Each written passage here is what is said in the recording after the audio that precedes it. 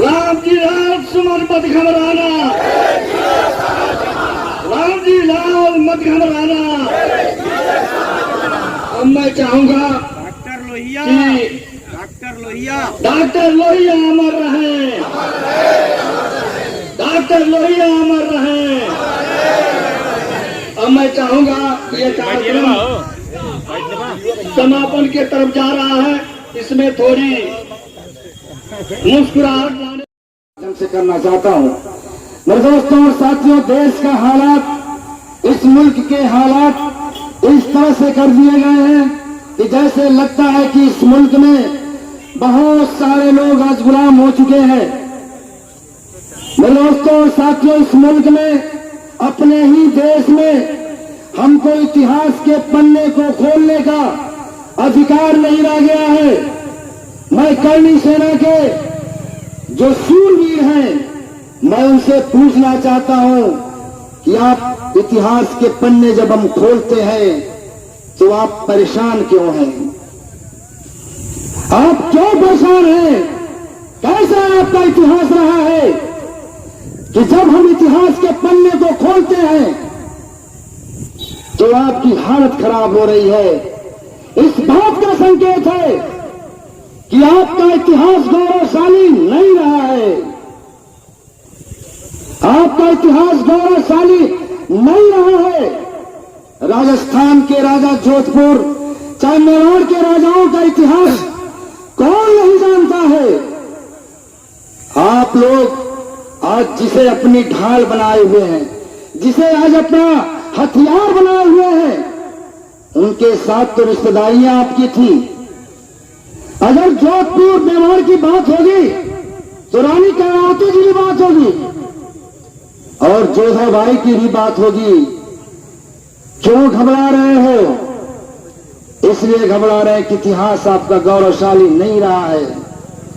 मेरे दोस्तों और साथियों, मुसलमानों के साथ लगातार नाइंसाफियां इस मुल्क में बढ़ी है। हमारे प्रदेश के मुख्यमंत्री बार बार कहते हैं कि विदेशी आक्रांता। अरे विदेशी आक्रांता किसको आप कहते हैं? सिराजुद्दौला जी ने 1857 में प्लासी का युद्ध किसके लिए लड़ा था? अपने मुल्क के लिए लड़ा था और शहादत पाई। 1799 में श्रीरंगापट्टनम में लड़ाई टीपू सुल्तान ने किसके लिए लड़ी थी? अपने मुल्क के लिए लड़ी थी। होश इतिहास भूल गए आप? मेरे दोस्तों और साथियों, आज ये मुल्क में विदेशी आक्रांता हमें कहा जा रहा है।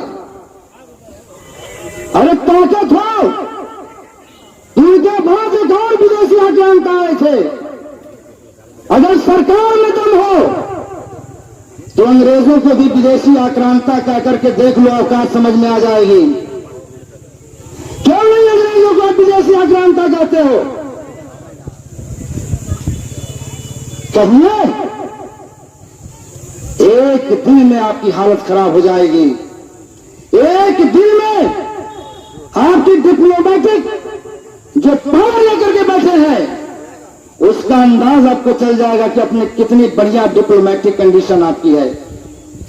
विदेशी अंग्रेजों को आप विदेशी आक्रांता नहीं कहेंगे, इसलिए कि डरते हैं उनसे, वो ताकतवर है, आपका जीना हराम कर देंगे। विदेशी आक्रांताओं जिसको आप बोल रहे हो ना, आज वो कमजोर नहीं है, बहुत ताकत है। मेरे दोस्तों और साथियों, बात जब यहां पे देशभक्ति की होती है, अरे रेशमी रुमाल की तहरीक हिंदुस्तान में आजादी के लिए किसने चलाई? महमूद है, मौलाना महमूद हसन साहब ने। वो विदेशी आक्रांता थे। शेर अली अफरीदी का इतिहास पढ़ लीजिए। वायसराय लॉर्ड मायो की हत्या निकोबार में किया था। किसके लिए किया था? अपने मुल्क के लिए किया था। मेरे दोस्तों और साथियों, अभी वीर अब्दुल हमीद साहब ने, मरहूम ने अपनी शहादत दिया, किसके लिए दिया था? अपने मुल्क के लिए दिया था। बहादुर शाह जफर 1857 में जो लोग सूरवीर बनते हैं, वो कहां से ले गए थे?